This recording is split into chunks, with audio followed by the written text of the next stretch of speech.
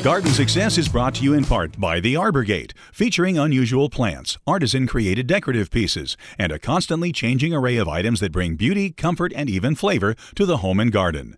Arbor Gate, 15635 FM 2920, Tomball, Texas, 281-351-8851 or arborgate.com. Garden Success is also brought to you by the Farm Patch Produce Market and Garden Center, 3519 South College Avenue in Bryan, 979-822-7209.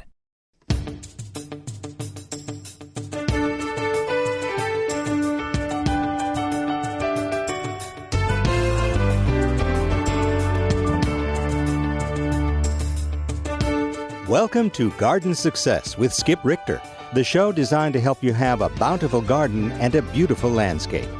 Call in now with your lawn and garden questions at 979-845-5689 or email your questions to gardensuccess@tamu.edu. And now, Texas A&M AgriLife Extension horticulturist Skip Richter.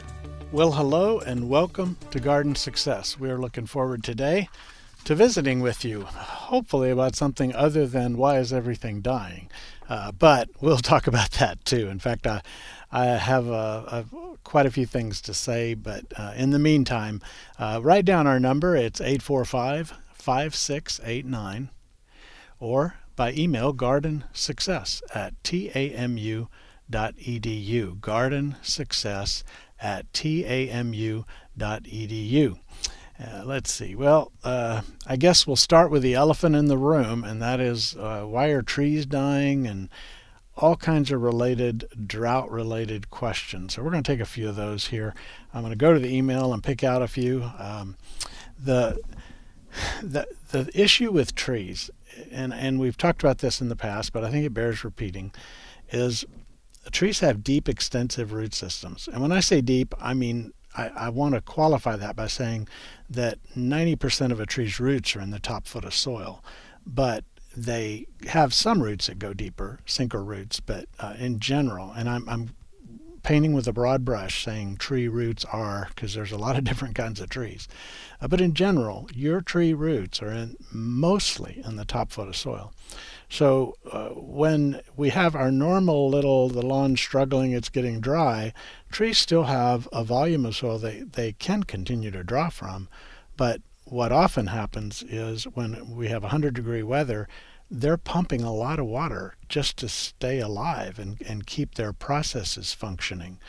And so years ago, I remember a study was done by A&M out in central Texas where they took a peach tree growing basically in a huge pot. And when I say huge pot, I mean, something, maybe 10, 15 feet across that had a scale on it where they could weigh it. And the change in weight of a peach tree growing in a pot like that is basically due to water loss.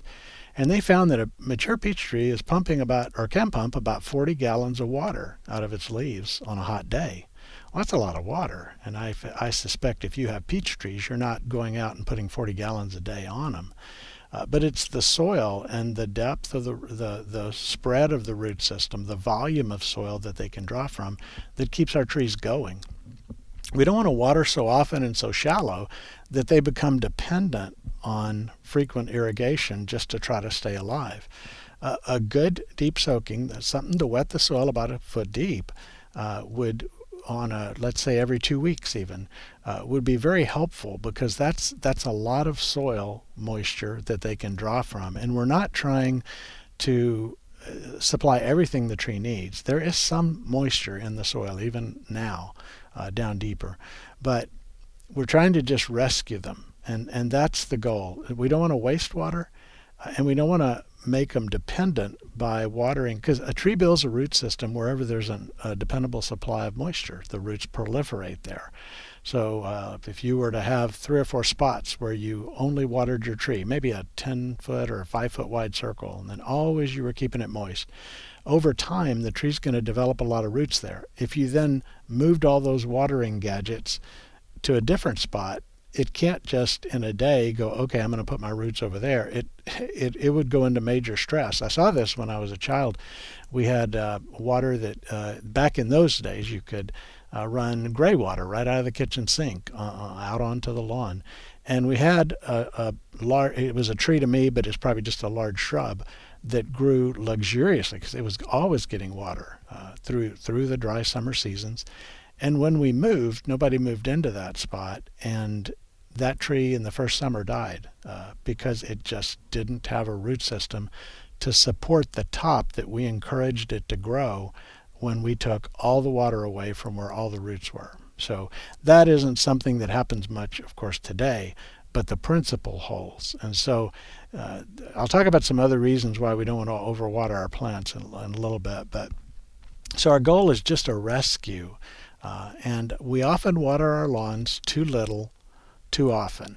If you're watering your lawn 3 times a week, that is either you're keeping the soil oversaturated, which creates problems, or you are putting on such a small amount that you're not encouraging a deep, extensive root system. And those root systems are what gets us through reasonable amounts of drought. So you don't count that as being enough for your trees just when you're keeping your lawn alive. You're watering maybe once every week. I've got areas in the shade where I have not watered in 2.5 weeks. And you would think, oh, it would be dead. No, you build a good deep root system, and there's not the demands of full sun at 100 degrees, and it doesn't need as much water. You can drive around town and see yards that are being sparsely irrigated, and it's green under the trees because the trees are shading that grass and making the stress a little bit less. So in the sun, yes, we are having to water. You're probably watering once a week. If you've got a well-established grass root system, you may be watering twice a week with a little bit less water each time, of course. But twice a week is okay. It's just you kind of have to gauge it. Do you have sandy soil? Do you have clay soil? How much shade does it get? On and on. Those help you decide exactly, and we just try to give you rules of thumb. So trees are collapsing in different places around town, and I wrote about this a few weeks ago in the paper. But you can post oaks are the poster child, I guess, of tree issues, and they just seem to have a way of you got a clump of 4 of them, and they're all doing good, and then all of a sudden one just seemingly overnight turns brown. It actually takes longer, but why did that one die and the others live? They get the same amount of water. They're growing in the same soil, or at least the same location. So why does one die and the others don't? Well, I can't answer that question. I mean, I can give you a whole bunch of principles that maybe combine for the answer, but the bottom line is that plants, like people, are kind of unpredictable sometimes when it comes to health. I mean, maybe it's the genetics. Each of those trees came from an acorn, so genetically they're not identical. Maybe the soil's a little different around one tree or in one area. Maybe the water sprinklers aren't applying water evenly. Maybe the grass may all be green, but some areas may be getting a little more than others. There's just a lot of possibilities. But when they start turning brown, there's very little we can do. We have some trees that can brown out. Typically it happens in August, but here we are. And that would be like cypress trees, where they turn bronze, they lose their needles, but it's still alive, and it bounces back and puts out new growth when things cool off and the rain begins to come back again. That's not good for them. It's a very stressful event. It takes away from their ability to make carbohydrates, but they can survive it. Other trees, not so much. So I guess the bottom line is trying to prevent stress, because once a tree starts down, it is really hard to turn it around. And in many cases, by the time you see issues, and it may be that you're seeing leaves on the ground or something else, it's already further progressed than you can turn it around. So if you have trees, go out and check your soil. You can take a flathead type screwdriver and push it, a long-handled one, not just a small one, and push it down in the soil, and it'll go through moist soil very easily. And when you hit a dry area, If the irrigation isn't watering it very deep, it'll stop like you hit a concrete sidewalk underground. And that tells you how deep your moisture level is moving from the irrigation you're providing. So in that kind of situation, I would occasionally give it a deeper soaking, but just occasionally, like once every 2 weeks, maybe a little bit deeper soaking than you normally would for your grass. So that helps. Post oaks don't like everything we do to them. They grow in the post oak belt, a north-south belt across this region of Texas, goes down to Cuero in that area, and it goes up north of us. And it's kind of generally a gravelly type of soil, very drought prone, but the post oaks naturally live out there. We bring them, or we don't bring them, we make a yard around them as we build a new house, and now we've got grass over their roots, we've got flower beds, we've got irrigation sprinklers.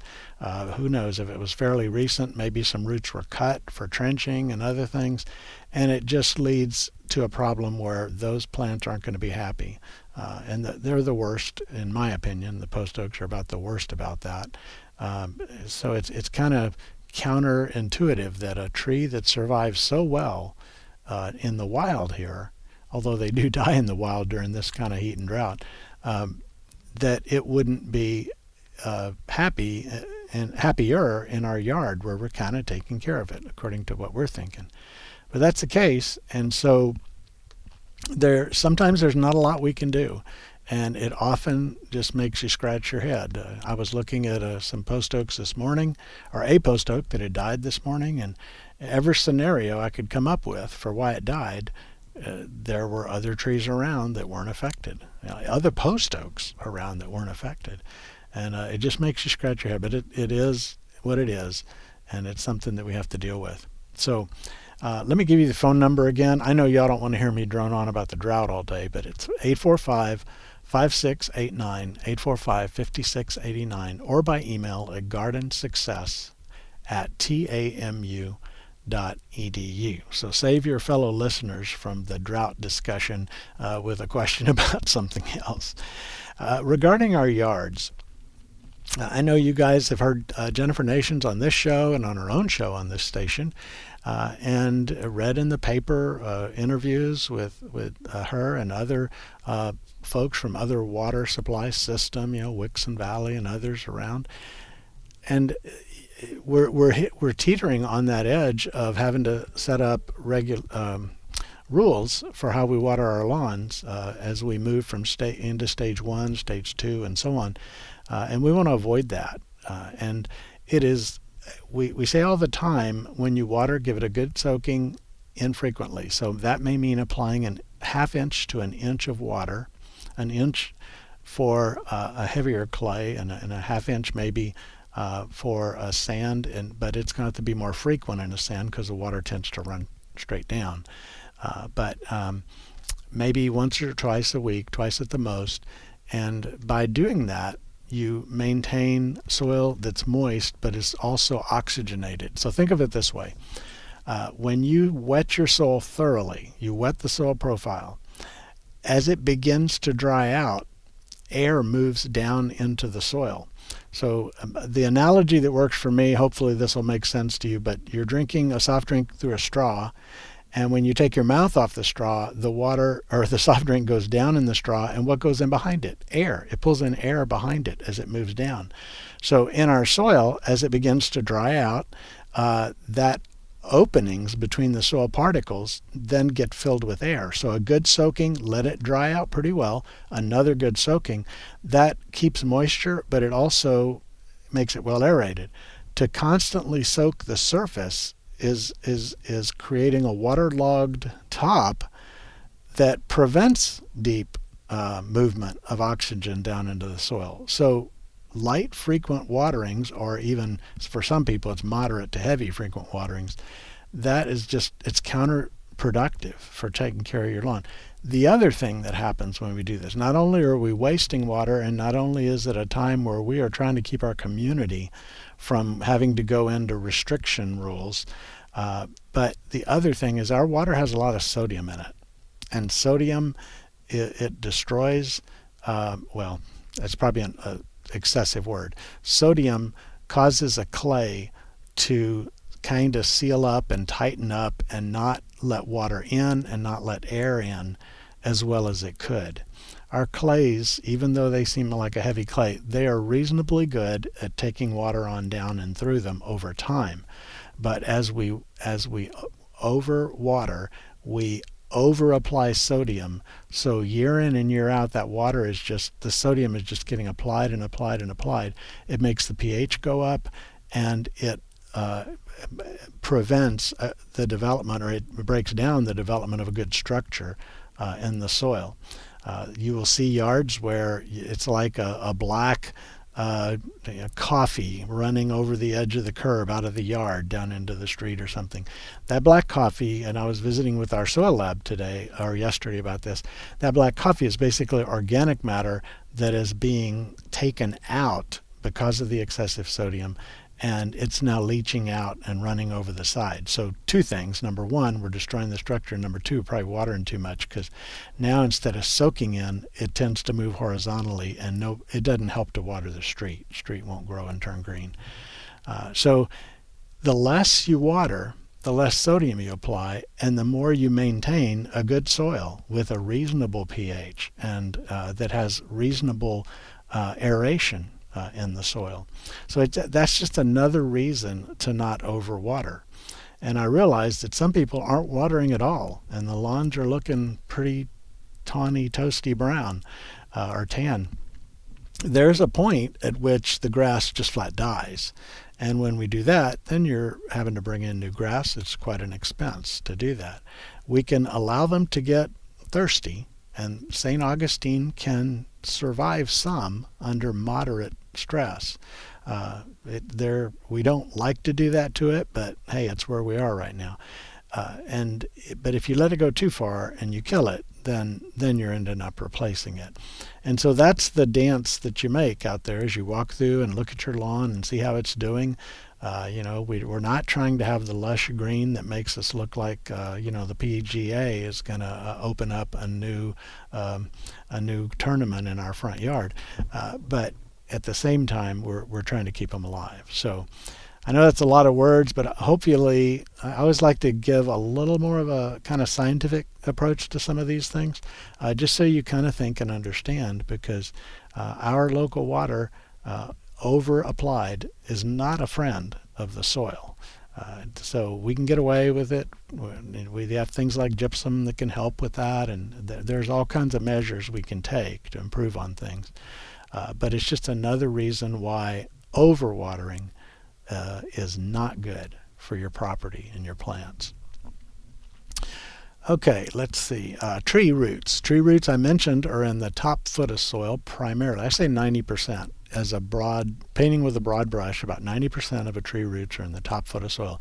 Those roots also reach out far and wide. They have washed out the roots of pecans to follow the root out to see how far does that go, and found them 2.5 times the height of the tree out from the trunk. So most people think, well, all the roots are at the drip line, if the tree were an umbrella where the water drips. And that's not true. Tree roots begin, and this is a small feeder roots, they begin at the trunk and they go all the way out to the branch spread and a little beyond that. And the further you get out, the less of them there are. So if we can at least take care of the part underneath the canopy of the tree, and if you're able to, a little bit beyond that, you can help that tree.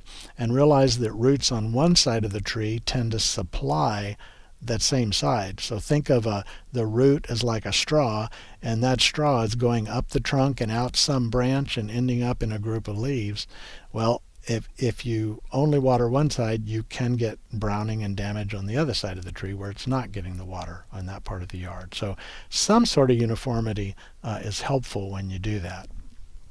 Now, with all these things, it's like it gives you a headache. Then how do I keep up with this and do this all? Well, good deep soaking infrequently for the trees, every 2 weeks is enough if you give it a good deep soaking, and avoid that excessive amount of water. That's the kind of basic principle. So how do you know when you've watered an inch? Well, you can put a rain gauge in the soil. Some of them are on stakes and you can put them in the soil. You can take a straight-sided container like the old coffee cans or bean cans or cat food or tuna fish can. And set those all around, because our systems are not that uniform, unfortunately. And that way you can kind of get the average. How long do I have to water in order to catch an inch, or in the case of a lawn, a half inch to an inch of water? And what you'll find in almost all cases is that your soil can't take up an inch of water applied all at once. And so we have to turn the water on, let it run for however long that can be before it starts to want to run off, and then you turn the water off. Have it sit for, let's say, 45 minutes. No magic number there. You just want it to have time to soak, and then the water comes on again and runs another cycle. And we call that cycle and soak. And if you've got a little clock in your garage, you can set it up to do that on a watering day. And so whenever it is time to water, you're going to start fairly early, hopefully, if you're going to have to cycle and soak, because you want to be done well before 10, hopefully even much earlier than that. But you go through that cycle and soak, and that gives you the good soaking, because you just can't put that much on at one time without it running off. In a heavy clay, now this is varies with like all the roots and organic matter and things like that are in the soil that affect infiltration. But in a heavy clay, I know the Houston black clays that's common along the Gulf Coast, they could take in water about 1/8 of an inch an hour. So do you have an irrigation system that can put water out at 1/8 of an inch an hour? Well, no. And so with our lawns and the root channels and the earthworm tunnels and organic matter, all that kind of stuff, it's much better than 1/8 of an inch an hour. But still, just realize if it's a clay soil, it can only absorb so fast. So another thing to think about. All right. Well, I'm tired of talking about drought, so let's talk about something else. Our number is 845-5689, 845-5689, or by email at gardensuccess@tamu.edu, gardensuccess@tamu.edu. And while I'm thinking about it, we've had a recent visit with Jennifer, and she was telling us that with the College Station water system, that the watering days for odd house numbers that are recommended, it's not a law, they're going to come by and fine you tomorrow, but the recommended days, which I hope you'll participate in so that we avoid having to go to those higher levels of restriction. For odd number houses, Wednesday and Saturday. For even number of houses, Thursday and Sunday, the 2 water days. She recommended that we don't water on Monday, especially there, and I can't remember now the specific reason, but Monday is a day where it's better to just avoid it for the sake of the water system recharging and everything that they have. Don't water between 10 a.m. and 6 p.m. That's when evaporation is highest, and you basically are squirting drinking water out there in the air that is going to go away and make Bryan College Station more humid and not help your lawn a bit when it's lost like that. That's water you don't get to use. So avoid the warmer parts, 10 a.m. to 6 p.m. In order to do that. I said I'm going to quit talking about water in there. I talked about water again. Okay. Let's see. Let's go to the emails. We had a question from Becky. Becky fertilized back in April with a fertilizer that was said to release over 3 months, and that would, a slow release fertilizer. And so should she fertilize again now, and with all that's going on and everything? So slow release fertilizers are a little more expensive, but they're nice because they gradually release the nutrients. When you put out your fertilizer, the grass doesn't gobble it all up and then just sit there with all that fertilizer in the grass plant providing nutrition for the months to come. Some of that, if it's nitrogen and we get a gully washer rain, gets washed away. Sometimes nitrogen on the surface can volatilize and turn into a gas and drift away. And so we either would like to use a slow release that gradually releases it, or we can use a regular type of fertilizer and split our fertilizer into 2 applications that kind of help spread it out a little bit. But the question about if you fertilize in April, which is the time to fertilize, that's about when we typically mow our lawns the second time. It occurs in early to mid-April, then the grass in most lawns is not going to need to be fertilized again that year. If you fertilize, you also have to water, and when you fertilize and water, you get faster grass growth, and faster grass growth means more mowing to keep up with it. We'd like our lawns to be green, but not just, you're running out there with a mower every other day trying to keep them at the good height. Also, when you over-fertilize with nitrogen, it grows top growth at the expense of root growth. And I remember when I was going through getting my degree, seeing the images.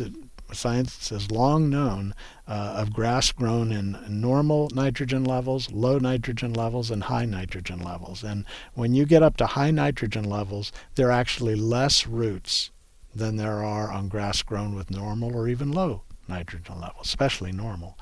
And so what happens when you get a bunch of top growth and now you don't have the root system? Well, if a few grubs are eating a few roots away, or you get a little take-all root rot, and causing some loss of roots, or it just gets hot and dry, that grass is not resilient. So over-fertilizing actually makes your lawn more drought-prone. So I would suggest fertilize in April, ideally at the second mowing, and then don't fertilize again through the year. There are some proponents of fall fertilization in grass, and that would be something we would do here probably about early to mid-October. That helps the grass, especially if it's a little bit hungry, it helps the grass go into winter stronger. It stimulates some growth to get some carbohydrate buildup, and it goes into winter stronger, and it comes out of winter stronger from that. But in most yards where you're returning the clippings and they are decomposing over time, you're getting a lot of nutrient from that, and it's just not necessary to fertilize as much. And I do recommend returning the clippings when you can. So hopefully that helps. Becky also had a question about pre-emergence. When do you apply a pre-emergent for the fall weeds that we have? And she said specifically the road aster. And I know we talked about this last fall, but there's the little daisy-like flowers that are kind of white to maybe light lavender that are all in your lawn. That's an aster weed. We call it road aster. It goes by other names. And those plants are not germinating in the fall. They're already there. In fact, I've been pulling some out of my lawn here and there for a couple of months now because they've gotten large enough to see them. They have almost a blue-green color, kind of a dark grayish blue-green, if you can imagine that. So they sort of set apart from the grass as you're walking through looking. And if your soil is moist, they have a single taproot going down. You can grab that whole spreading weed and pull it right up by hand and get rid of it. You definitely want to do that before they bloom and set seeds, because they will produce a bazillion seeds to make your problem much worse over time. But a fall pre-emergent or even a summer pre-emergent is not going to control that weed. What we have is a group of cool season weeds that germinate in the fall and create our big weed problems that we have in the spring. So among our cool season weeds are clovers, henbit, chickweed, annual bluegrass. Those cool season weeds are germinating in the fall. As the days cool off, you get some rain, they germinate and they sit there. They're like our beloved bluebonnets. The seeds come up in the fall, they sit there as little rosette plants through the winter, and then in spring, with warming temps and day length growing longer, they burst out in a vigorous growth and then set their blooms and set their seeds. That's what bluebonnets do, and that's what the fall weeds do. So those kind of weeds we would prevent with a pre-emergent in about the third week of September. And a calendar does not always represent that year, and so we give you these average dates, but just keep in mind that the weather is not uniform every year. But the third week of September is probably a really good time to get those products down. Read the label, apply them as recommended. Usually they need to be incorporated in with irrigation. In fact, most of them do. So follow that, and you can prevent that weed problem that we see in the spring. When the lawn's waking up and the weeds are already going crazy, that is prevented with pre-emergent in the fall. The best weed control is a dense, healthy lawn. As you build lawn density through 3 practices: mowing, watering, fertilizing. Proper mowing, proper watering, proper fertilizing. A dense lawn chokes out the vast majority of its weed problems. There are weeds that will exist in a dense lawn, but they are the exception rather than the rule. And so just by getting a good dense lawn, you control your weed problems. Because remember, wherever the sunlight hits the soil, nature plants a weed. So prevent the sunlight from hitting the soil in your lawn or your garden, and you avoid a lot of the weed issues. So for the annual, for the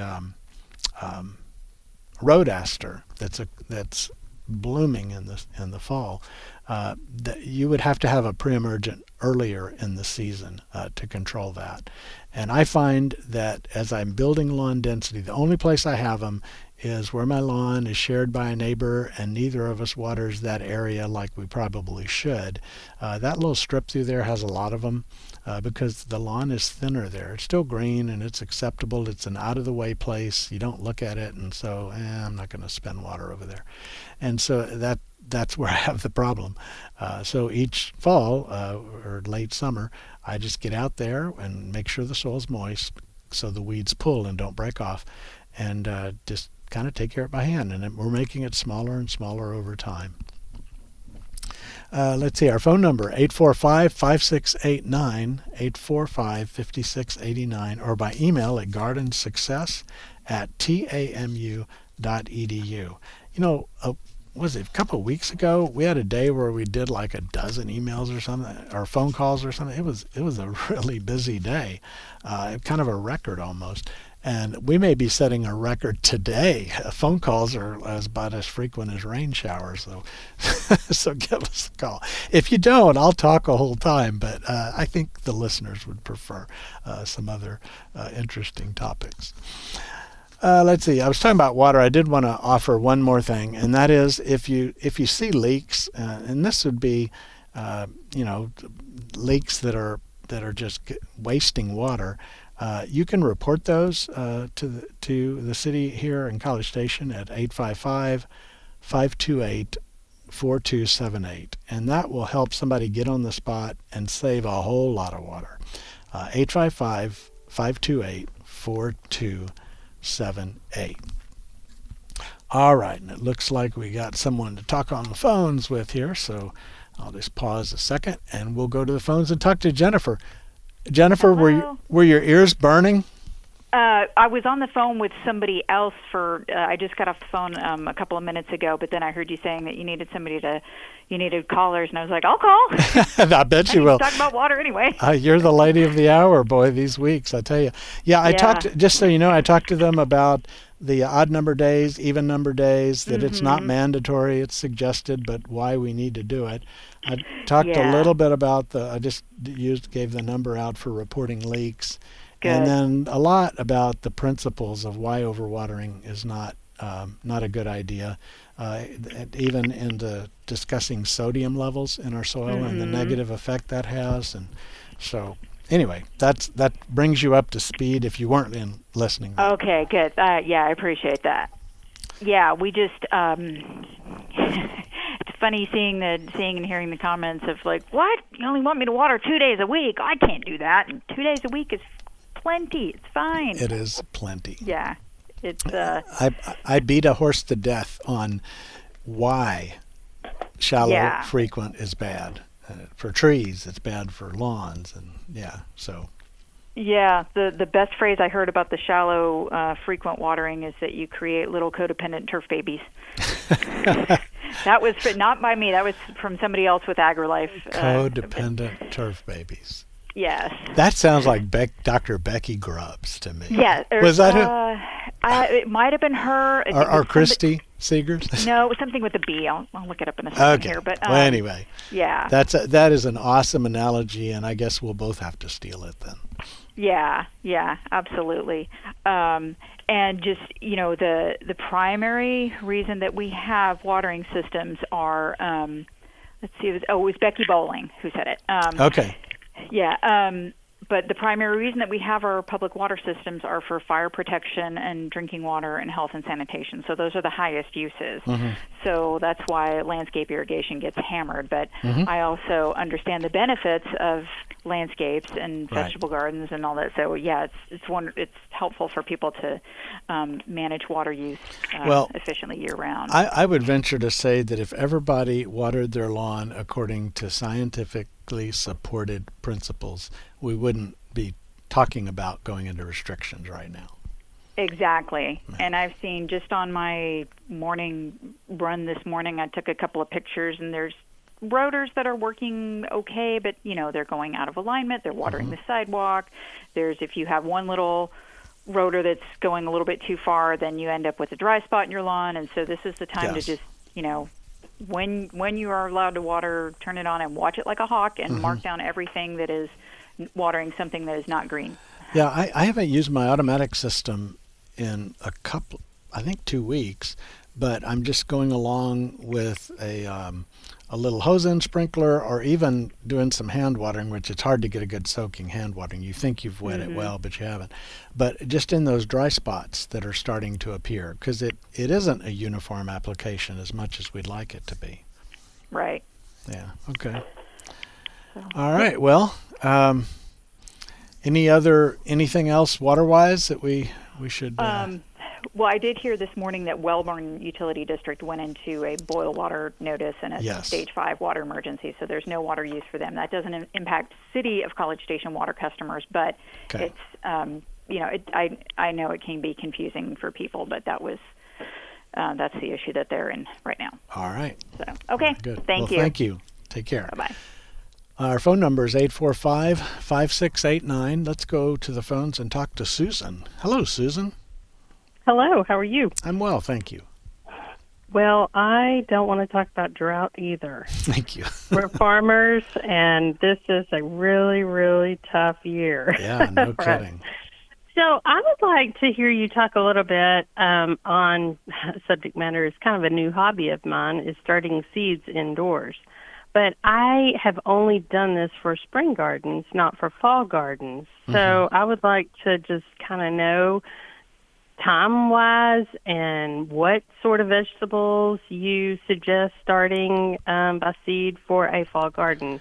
Now, I typically have a hard time with my soil because I water conserve, and so I don't typically water my spring garden up to a fall garden. So in other words, I'm dealing with concrete almost, I feel like. So I'm thinking if I started my seeds indoors and what time, and maybe once it starts getting, later, when I can put them out, when I should start them, just whatever you, I'd like to hear you talk on that. Okay. And I'll just listen in. Okay. I think I got all those points out. Let's see how many of them I can cover here. Okay, sounds good. Thank you. Thank you. You bet. All right, bye-bye. So first of all, we have at the Extension Office, we have a vegetable garden planting calendar. It's a chart, actually. And you've got all the vegetables, in rows across the left side of the page, and all the months across the top, and it's all a checkerboard of when to plant what.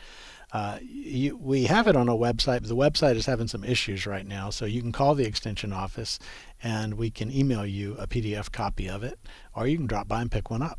But that tells you exactly when you want to plant everything. So then you can back up from the planting dates, and that tells you when you would want to start your seedlings. For summer time, preparing for the fall garden, I usually will start the seedlings under normal weather. I'll start them maybe outside but under the shade of a tree where it's bright but not full sun. And as they grow, then begin to give them more and more sun until it's time to put them out in the garden. You can start them inside. It's just, unless you've got some good lights that they're growing under, they end up spindly, and it just, it just never amounts to a really good seedling. And so I generally don't do that. In the wintertime, we have to start them indoors because it's freezing outside, and they can't take that. We're growing tomatoes or peppers, and they can't take January outside. So in going into fall, July and August, mid-July and August are times when we plant a few of our warm season vegetables. If you want to grow squash or green beans, let's see what else in the fall typically. Well, tomatoes or peppers could be planted. Squash, green beans, cucumbers would be another example. Those are not going to tolerate cold weather, so we have to start them soon enough in order for them to grow enough to set a crop before cool weather slows them down to a crawl and then eventually kills them. And so that is done in hot weather, unfortunately. We put shade out usually over them to help them establish, but that would be that. Our cool season garden begins in September. We're setting out broccoli, we're setting out cauliflower, cabbage, kohlrabi, kale, all those kinds of things. And then as we get into October, we're looking at lettuce and maybe some spinach by that time too. But it's all on the chart, and so rather than name them all, I would just recommend you do that. So some things like peppers and tomatoes, they're going to take about 6 weeks, maybe more, to grow a decent transplant. Other things like cucumbers and squash, 3 or 4 weeks, you should have something that's ready to go out. In fact, they don't like to be kept too long in that transplant cell. So you just back up your time, say I want to plant these on such and such date, and then back it up, and that tells you when to get them started. Just remember they need light, and they can take some heat. I know this 100 degrees is ridiculous, but normally in a shady, cooler spot around the house, you ought to be able to get them started. I start a lot of mine on the east side where there's a large eaves, and it gets a little bit of morning sun, but then has bright light, and then gradually move them out. So I hope that kind of helps answer that question a little bit. We had a question come in on email from Sherry.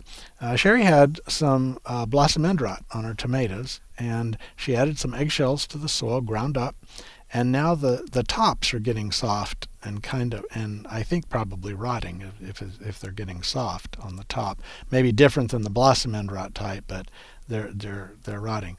So blossom end rot is caused by a lack of calcium to the fruit, and it's usually in our area not due to a lack of calcium in the soil. It's due to the water flow fluctuating widely in the plant, and the calcium doesn't make it to the end.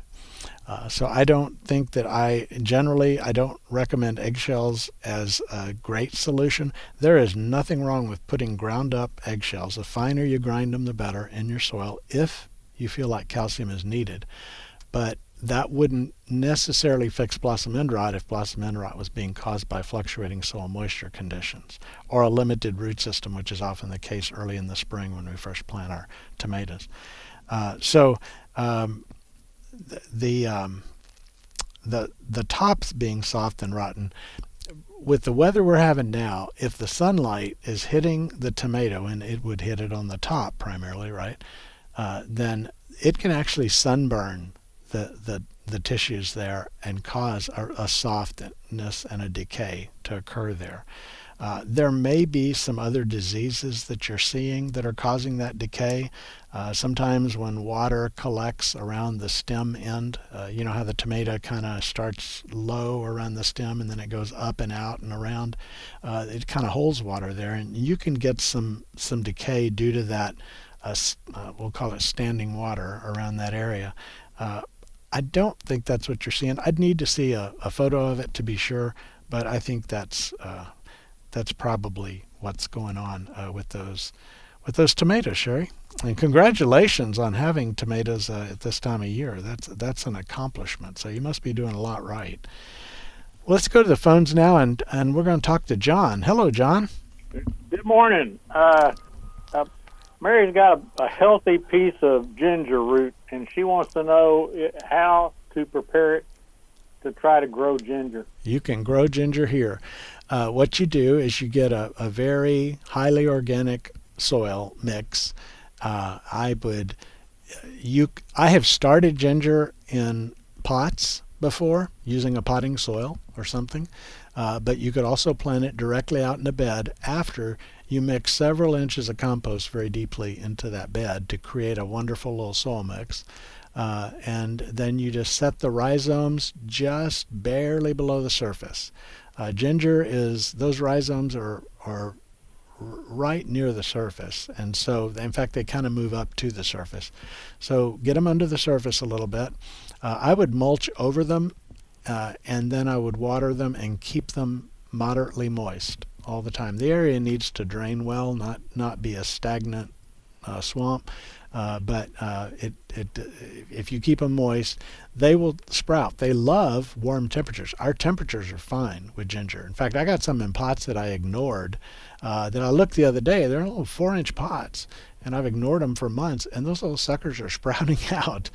So I'm becoming more and more impressed with the edible ginger and its growth here. But anyway, keep them moist. I would throw a mulch over the surface just to keep the weeds down, prevent crusting and erosion. And ginger sends a shoot straight up, and it'll punch through your mulch with no problem. But Skip, this is it's a chunk of root. It's a solid piece of root that's probably 6 inches long and right. 2 or 3 inches.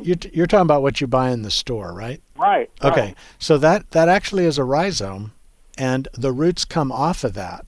And that rhizome has little knobs, and there's typically a shoot bud at the end of those knobs or on the side of the knob. And if you look at it, you can kind of see them. When it's all brown and dried in the store, they're not as evident as when it begins to have new growth on it.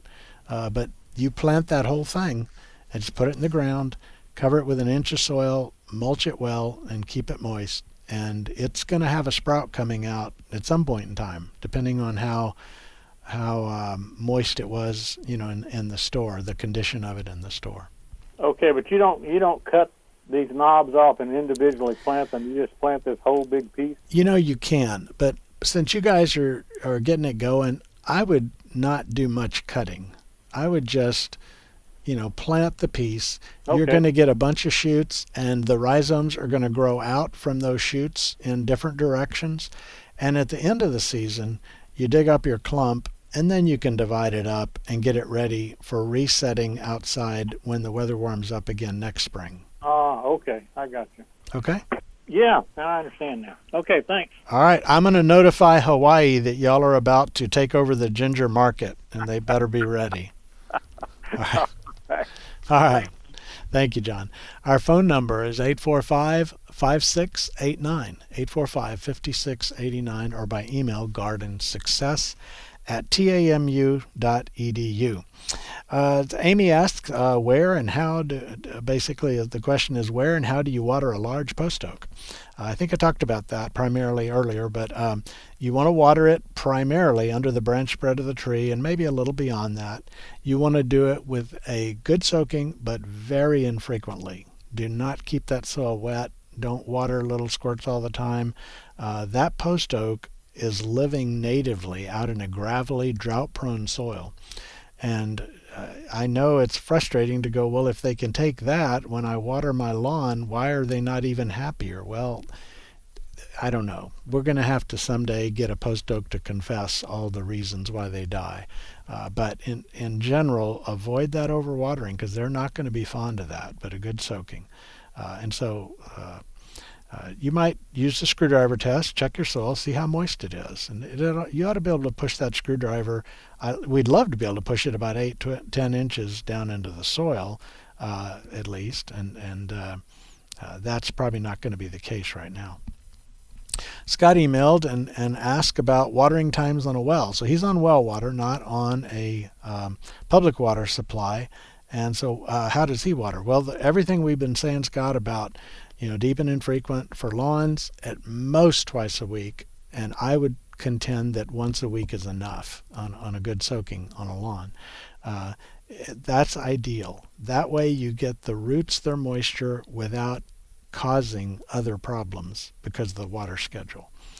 So that would still be the best for that.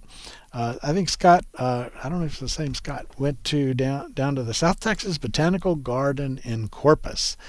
Botanical Garden in Corpus is a wonderful little visit. I mean, it's not gonna rival botanical gardens in the big cities around Texas, but it has some unusual things. He took a picture of something, and big green leaves and clusters of orange-red flowers, and that is a clerodendrum. There are several clerodendrums that we can grow here. That one is Clerodendrum paniculatum. So they're different, kind of common names. One that's sometimes used is pagoda flower, but that's what that is. It is a very tropical type plant, but that's what you sent the picture of. Let's see. I want to talk about some things going on around the community and also make a correction. The Saturday, the 23rd of July, the Brazos Valley Museum of Natural History is presenting its annual Wish Upon a Butterfly event.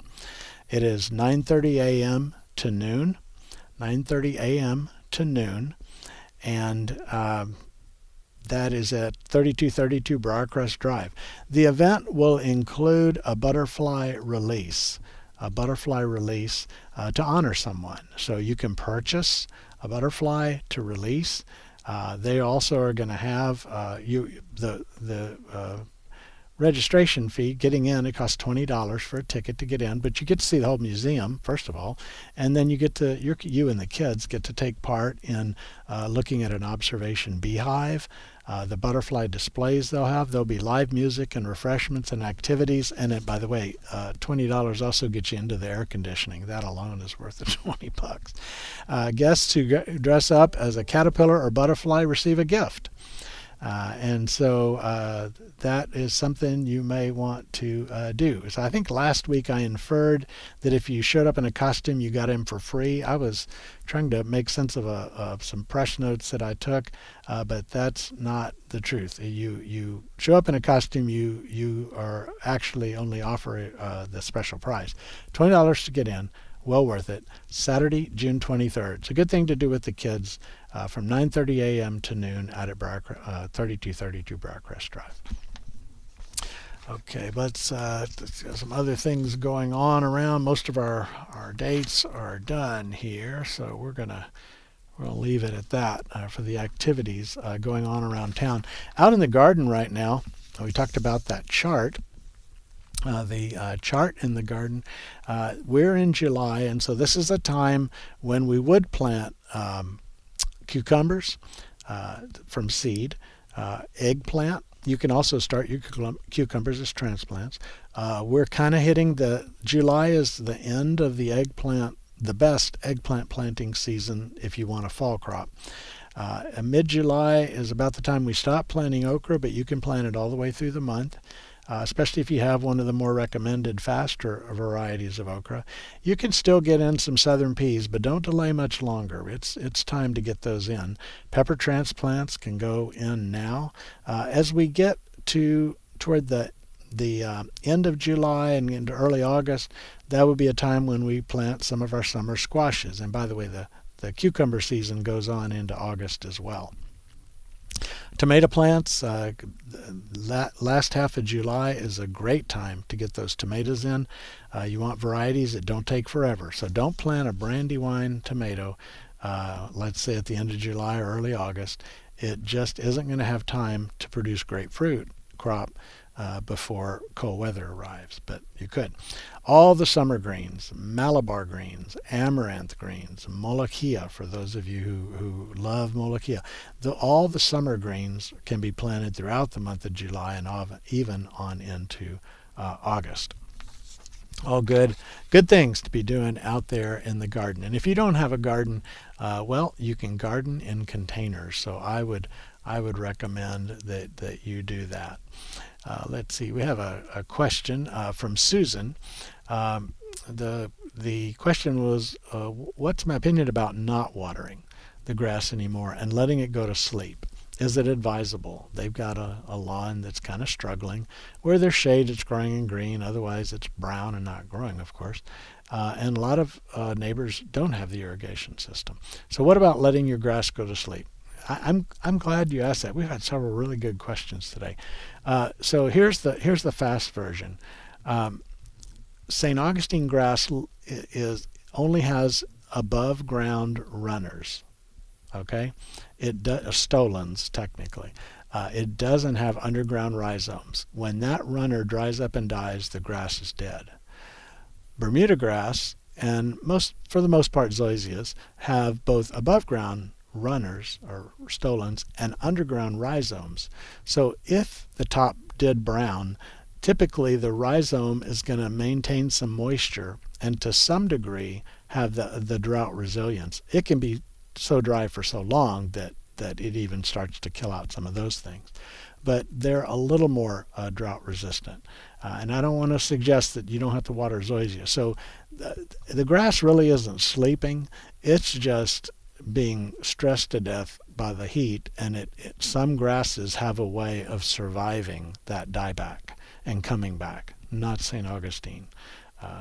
That doesn't have that. St. Augustine is a great grass for shady areas because you don't need to water much at all in the shade, and it can grow in shade better than the other grasses can. So that would be the quick answer, Susan. Let's see. I'm going to have to answer this one offline because we're kind of running out of time today. So I do want to mention a couple of things. The activities at the Extension Office, we still have programs going on in different areas. Our Master Gardeners still have programs going on. They'll be coming back with the monthly meetings again soon for the fall, and you definitely want to sign up to receive notices for that kind of thing. You can go to the website, Master Gardener. It's brazosmg.org or com, but right now it's broken down, so just write it down, and we're trying to get that thing fixed. But we'll get it going, and there'll be an About Town announcements on there for those. We are also about to start the Master Gardener course. If you're interested in being a Master Gardener volunteer, and this is a training that comes with the obligation of volunteer time, we will be having a couple of information sessions, one toward the end of July and another one that is in early August, and you need to attend one of those to find out the details of what you would be getting into, and we will have applications at those events. If you will call the AgriLife Extension Office and ask to speak to Janice, she can get you signed up for one of those sessions. One of them's at noon and one of them's at 5:30 in the evening. So we're trying to give everybody a chance to come and check it out. But if you'd like to be a Master Gardener, that is an opportunity. It's a very extensive course, but it is a course for people who don't want to just learn, but want to take what they learn and help Extension reach more people. You got one horde agent in Brazos County, and we have a whole lot of Master Gardener volunteers that are in 1,000 places at once. And it's a wonderful program for folks that want to serve their neighbors with what they learn.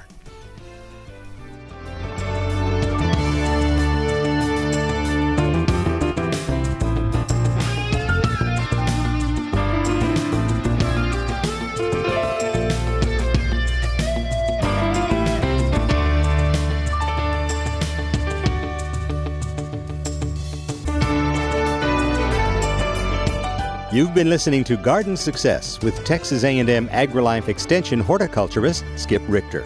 Join us again next week as Skip discusses your questions about gardening and landscaping in the Brazos Valley.